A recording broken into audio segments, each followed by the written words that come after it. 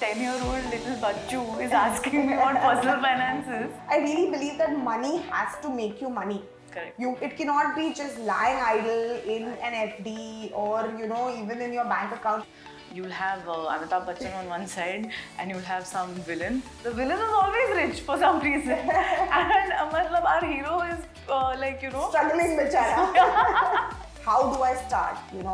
What is there like a Bible that I have to read which will tell me when and what to do? What is the easiest sort of first step for somebody who's never really thought about managing their money to take?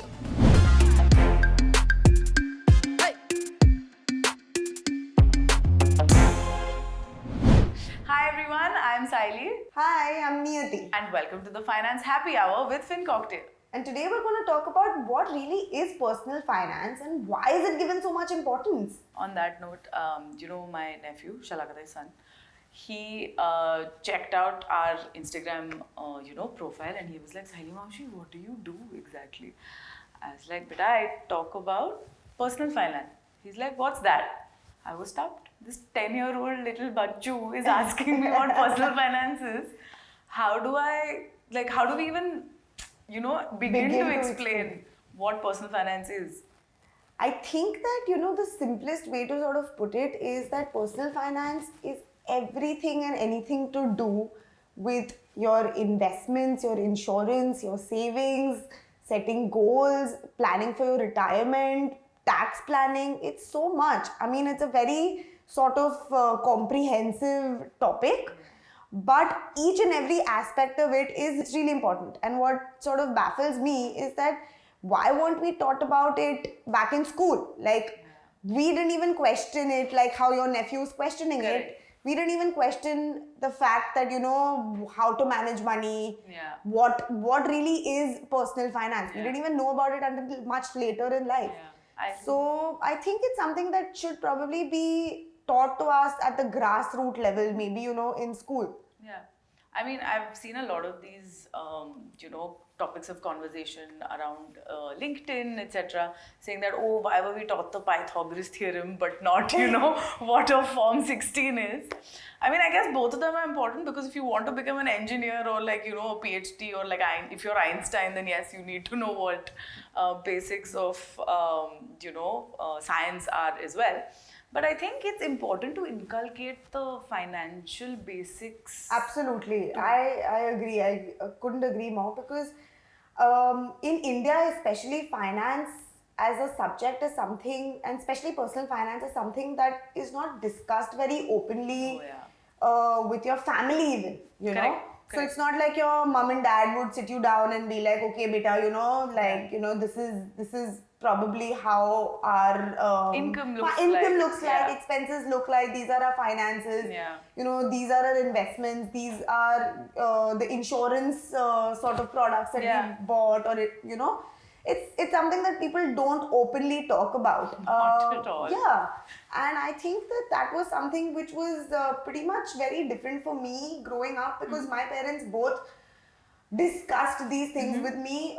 Maybe not when I was a teenager, but like in my early 20s when I started earning, I got a sense of, how much kind of they were making and how they were managing their money, what they were doing with it, what kind of investments they were making. And that sort of nudged me to sort of take charge of my finances as well. 100%. And manage them efficiently, even if it meant like starting a 1,000 rupee SIP with my first paycheck. I agree. I think schooling starts from home. Yeah. Your ABCs, your first language starts from home. So I think your finance ABCs also need to start at home. Discussing money has always been such a taboo. Have you always seen these, even in Hindi movies? You'll have Amitabh Bachchan on one side and you'll have some villain. The villain is always rich for some reason. And our hero is struggling bichara. Really? So, I mean, we associate money with, I guess, a false sense of villainy. I don't know why that has happened and that got inculcated into our culture at some point. Yeah. So, I think it's a perception, that's created that, oh my God, if you have too much money, you're probably a bad guy. But that's snobbish and you're too money-minded. Boss, everything needs like money in your life. You have to be money minded at some point in life. Yeah. Of course, there has to be a balance. But I think, yes, being able to talk about money with your family at home over a dinner table. God forbid if something happens to your, any immediate family member, it affects the entire family. Absolutely. And for that exact reason, we have financial planning and, insurance products, etc. So yeah, it's very important to discuss. It is. And I know that you and me have spoken about this a lot, but what is it that actually got you to start talking about personal finance and start this page? FinCocktail. Yeah, you have heard this story, like I think a million times. A million. But I love hearing it every single time. So I think you can probably tell it better than me now. So, anyway, so it was me having girls' night at home. A couple of my girlfriends were over. We were chilling. We were having a couple of glasses of wine. We were talking about everything under the sun, usual gossip. All these are like, really intelligent, established women with careers, their own businesses, etc. Even some professions like surgeon, etc. I'm not going to tell you who. But all of them had one thing in common, and that was none of them managed their own money. And I was shocked, was like an understatement. I was like, but how is it possible? They're like, no, it's too hard. Like, this finance is very complicated. I said, it's not. yeah. Like, there are so many things you can do for just the basics to just handle your own money. I'm like, but why would you make so much effort? Like, why would you put in so much effort to earn that money and then give it away to, like, somebody else. Take the calls. Yeah. And I mean, yes, they had family members like, their fathers or brothers or spouses to take care of their money. But again, hey, feminism, right? So if you're taking charge of your careers, of your lives, why not your money? That's very important. Absolutely. So yeah, that was my, I think, motivation to start this page. Yeah. But I think you have always talked about money, not just with your family, but even your close friends. You are like the go-to person to be like, pick up the phone and be like, hey, what do I do? I have 10,000 rupees. What do I do? Yeah. No. So for me, it's been, this journey that I've been on for a while now. I've always been interested in investing, managing investments, stuff like that. So even like, as you know, my first real job was, as a financial advisor. Yeah, I've had a couple of like trial and errors, if I may call them that. But my first real job was again wealth management and managing portfolios for HNIs, which is essentially what I enjoy doing even now. Yeah. I love the sort of thrill of being able to guide people or at least tell them what to do with their very hard-earned money, because I really believe that money has to make you money. Correct. It cannot be just lying idle in an FD or even in your bank accounts. It's surprising how many people will leave that money not even in an FD and just in the savings account. And it's something, the cardinal sin. Yeah, and it's something that really, really bothers me. So with my friends, I've always like had that open channel of communication where I tell them that, just if you have money and you want to do something with it, just feel free to call me and then like I'll help you all out. Yeah. Because, we know that inflation is this thing that really eats into our hard-earned money, and you don't want that to happen going ahead. So investing is a very, very big part of personal finance, but I do believe that there's a lot of steps that you need to take care of before you reach that investing sort of stage. There are so many other things that you need to take care of before, which basically lead up to investing your money. Correct. That's what I completely agree, and that's why when this power packed question was asked, what do you do and what is personal finance, a lot of people think that personal finance matlab either I give like stock tips or tell them where to invest. That's it. That's my job. Yeah. No, it's not. It's a whole journey. It's literally like a route.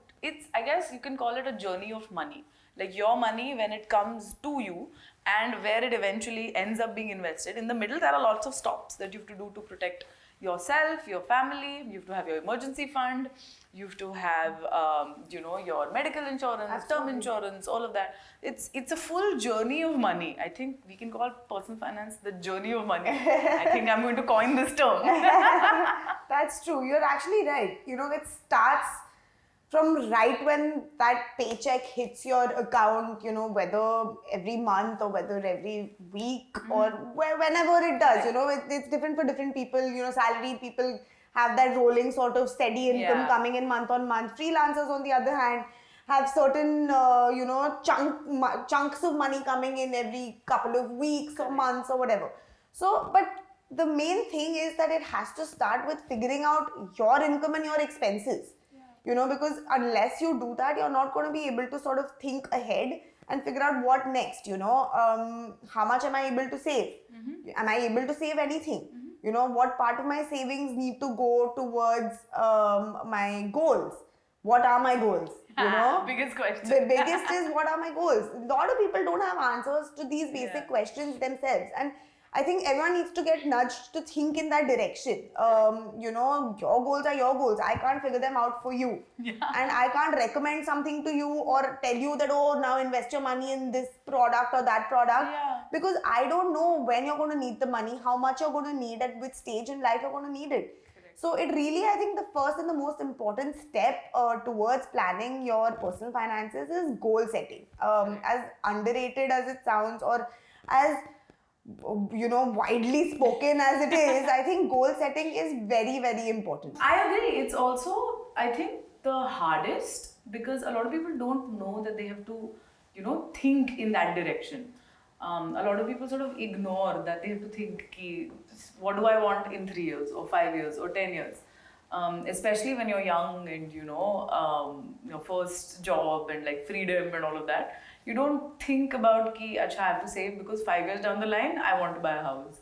Or 10 years down the line, then I'll, start, I'll maybe have a family and have dependents and all of that. So I think it's a way of sort of inculcating that into your own, psyche, that you have to think about ki, what do you want?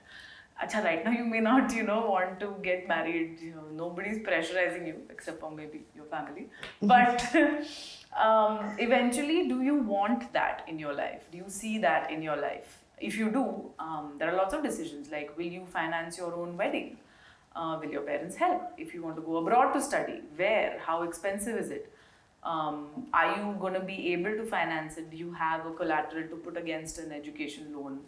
So there are lots of these, these questions that need to be answered, and I think that's how you need to start thinking about these financial goals. Only then will you actually reach anywhere. Or only then will you be able to take those decisions about where to put your money. Only when you know where you want to reach. Correct. Absolutely, I agree. So, once you've figured out your income, your expenses, set your financial goals, figured out how much you can save and stuff, what do you think is the next most important step on this journey of money? So we've clearly coined this now. This has become journey a thing. of money. Yeah. So I think it's the most boring thing to talk about, but I think it's the most important because I think it shapes your life in general. It's insurance. Yeah. I think it's something that our parents may, hound us about, but we never pay attention until it's too late. Yeah. Insurance is very important, especially in a country like ours where a lot of the population, I think more than a majority of it, is underinsured. Heavily underinsured. And medical expenses are only rising. I mean, that's something which is a reality. And 100%. We cannot escape it. 100%. Medical costs there is legit medical inflation which is going on right now. And I don't think it's going to stop anytime soon because all our lifestyles have changed. The world is changing. And I think in general, it's going to be more and more expensive to get yourself treated in a hospital. Right. And the only way you can protect yourself from that is to get a good comprehensive medical insurance. Absolutely. A lot of people sort of, forget that they also have to pay attention to, what our parents like to call life insurance. So now, okay, so this is something that I really like to talk about, but also a lot of people don't like listening to, because our ancestors, etc., they've always had these discussions around life insurance, where they're like, acha, itne salo ke liye I have put in so much money, and after a certain age I will get this much back. Correct. So it's more like a pension plan, like in their heads. But what they don't take into account is today's economy and when they're getting the money. Correct. Matlab, they calculate it in today's rupees. If you say 50,000 milega every month, today, great. 20 years down the line, not so great. Yeah, Right? absolutely. So that's where, when we talked about inflation, that's exactly where this sort of, works in. And I think insurance and investment are two different, separate products. And why? Because their work is different. Correct. Their duties towards us are Correct. separate. Absolutely. Insurance is supposed to protect you. Yes. Investments are supposed to make your money grow. I mean, it's as simple as that, and there's no point in mixing the two. Exactly. So I think a lot of people think, but what is the point? I'm just paying the premium for, and I'm not getting anything in return.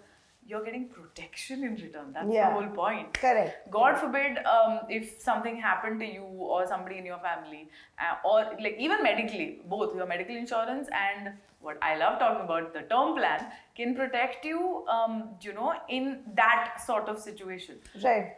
Life insurance as a, if you're looking for returns, investments, that's the thing that you should focus on. Correct. So you mentioned term plans right before, this. And so what, do you think term plans are important for everyone to have? What's your thought on that? Yes, I firmly believe that every single person should have a term plan. Everyone. Okay, and there are two schools of thought on this. The first one is about, getting a term plan when you have dependents. You, if you have aging parents, if you have, a spouse who's dependent, you have children, that's when you get a term plan. The second school of thought, which, I kind of agree with now, is one that says that you get your term plan as early as possible. Now, why? Because it's cheap. Younger you are, lesser the premiums. Yes, lesser the premiums. Obviously, because it works in in advantage for the insurer. Yeah, it works for the insurer because the younger you are, the less likely you are to get any sort of life-threatening condition. Hopefully, touch wood. But that's why the premiums are lower for you when you are younger. Correct. So if you just lock in your premiums earlier, it becomes more beneficial for you to get the term plan at that stage. Absolutely. People disagree sometimes, but that's up to them when they want to get the term plan. But having it's definitely important to have one. 100% important. Yeah. I think insurance is such a big topic that we can go on and on about it. As we're speaking, I'm thinking of 5 other things that I want to talk about with the connection to insurance. Yeah. But I think this is something that we can do a separate segment on altogether. We should. Yeah. We will. Yeah. So, so what do you think? I think it's a great segue to move into from a boring to the best and most interesting part of the discussion, which is investments. Yeah. I think we should Absolutely. start talking about that now. Yeah. I think this is the one that everyone's waiting for. Investments. Where should I actually invest my money? Yeah. And this is where the goal setting that you did initially is actually going to help you. Because once you've set your goals as short term, medium term, and long term, it becomes fairly simple to pick investment products to fit those goals, right? Correct. To me, it's very simple. If it's a short term goal under 1 year, you can easily look at something like an FD or a liquid fund or an overnight fund or an arbitrage fund. There's lots of options there, If you're looking at medium term, then there are other options. There may be corporate bonds that you can consider. There may be short-term income funds. So these are obviously categories of mutual funds that I'm talking about. That can because you love because I love mutual funds, and of course there will be another segment on that as well. But so basically, I'm saying that depending on your goals, there are investment products to fit those goals. Correct. Right, and then when you're talking about the long term, equity is been Of course. the star performer Of in course. our country for sure, Yeah. you know. For the long term, though. Yeah, for the long term. Anything over 5 years, Yes. you know, equity can be a great sort of investment vehicle, giving you that compounding, giving you that double digit kind of Yeah. like returns that everyone wants in their Yeah. portfolio. So equities, if you're good at picking stocks, then of course pick them directly. But you know, if you're a novice, if you're learning about investing, if you're just starting your investing journey, then probably rely on things like index funds or you know other equity mutual funds where you don't have to put in that thought or effort of Correct. picking each and every stock as a part of your portfolio. But equities are definitely a great sort of investment asset class for the long term. But like I say, diversifying your portfolio is very important. It's important to add other things as a part of your long-term portfolio as well. You know, you could look at things like gold. You could look at private equity. You know, depending on your risk tolerance, Yeah. your time horizon for investment, there are a bunch of other options that you can consider. You know, there's REITs, Yes. real estate investment trusts, as they call it. You know, there's so much more. There are cryptos. Now, cryptos is something which picked up so much steam And then suddenly what died down happened? suddenly, and then people are now like, oh, abhi to karna chahiye, nahi karna chahiye. But everything has a place in your portfolio. Figuring out how much is kind of something that you know you need to put that effort Decide. into, and you need to decide. And if you think that you're not capable, then there's always a financial advisor Correct. Who can that can step help in. you, that Yeah. can help you make these decisions, that can guide you towards making these decisions. So diversifying your portfolio is just as important as you know picking investment vehicles. Correct. I agree. Yeah. And I think it becomes so I think it's more art than science. Yeah. Because yes, it has a lot of math involved, it has a lot of like, you know, data and history and research and this and that involved. But it's more first of all, it's curated to every individual. Absolutely. No one portfolio can be the same as the other. Yeah, impossible. Yeah, and I think it's also because it has so many factors, including what you want in life. Yeah. It's very subjective to the person. So it's a little bit of a like, you know, an artistic piece to put a portfolio together. Absolutely. So and putting the portfolio together is one thing, but you know, making sure that it's helping you achieve your goals from time to time, Correct. reassessing and realigning your Correct. portfolio, that's very important. Yeah. And that's where your favorite line sort of comes into play, right? So my favorite line for everybody who's listening is that things change, circumstances change, and people change. So just in line with that, your goals will change, your financial goals will change, your income will change, hopefully all the way to the better. Yeah. And you'll hopefully achieve some goals. You will develop new goals, better goals. Your investments will, like, you know, mature. They will give you the kind of returns that they have. So, like you said, it's very important to reassess and realign. Yeah. Go back to the drawing board every 6 months of the year. Absolutely. And see that, yes, you're on the right path. It's like looking at Google Maps, you know, when Yeah. you're trying to reach a destination, Yeah. making sure you're on the right path. Yeah. On this journey of money. I Yeah. think this, you know, this anecdote has worked very well. I'm very happy with it. So I think it's a good Last step to yes, sort of... last step to remind yourself. And like we've said, it's a journey and it's a lifelong journey. It's ongoing. It's never going to stop. Exactly. It's not like, अच्छा ठीक है ये हो गया तो फिर done, okay चलो, finished. Correct. Even when you achieve a goal, you'll always have more goals to look forward to. It's never going to be that, you know, I've achieved everything in life and now kuch bhi nahi karna hai. Haan. So that's just not how us as human beings are wired, you know, to think and behave. We always want more. We always want to like that rush of like, you know, achieving a goal, moving on to the next. That's something that's, I think, inbuilt in us. I agree. And here's hoping that we de-villainize the concept of money. Yeah, absolutely. And the concept of investing and working on it for yourself. Because, hey, you're working very hard to earn this money. Correct. So let's try to make making money on top of that money easier. Absolutely, absolutely, I agree. But one last question that I have for you is that a lot of people ask us this, and you know, it's something which I believe there's an easy answer to, but it's that where do I start? How do I start? You know, what is there like a Bible that I have to read, which will tell me when and what to do? When and what to do. You know, so what do you think? What is the easiest sort of first step for somebody who's never really thought about managing their money to take? I think first easiest step is go follow FinCocktail on all the platforms. Nice little plug-in, guys. But I think the first and most important step is just to sit with a pen and paper and figure out where this money is coming from and where it is going. Yeah. Simple. Yeah. Where do you earn your income streams? Yeah. Do you have a salary? Do you have a side hustle? Do you have some interest coming from some product, etc.? Where are you spending it? How much are you spending? In what direction?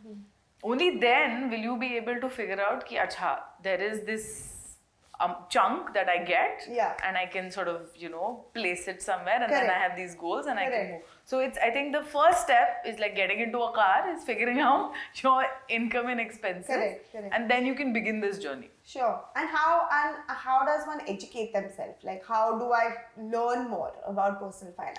So nowadays there are so many avenues of learning more about personal finance, because this conversation has now literally ignited like a fire, in this country, where there are podcasts, there are YouTube videos, there are people on Instagram, etc. Yeah, I think the simplest way to sort of do this is to just sit down with the Economic Times. Yes. Or day. like Mint. Yes. Or see all these newspapers which now have like really nice websites. Yeah. Have a personal finance section.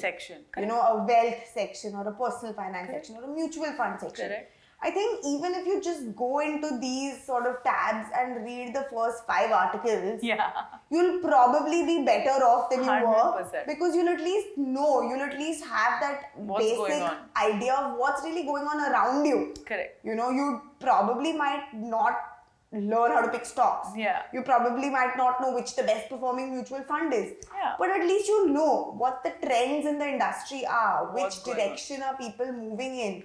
If I was looking at investing for the short or the medium term, then these are my options.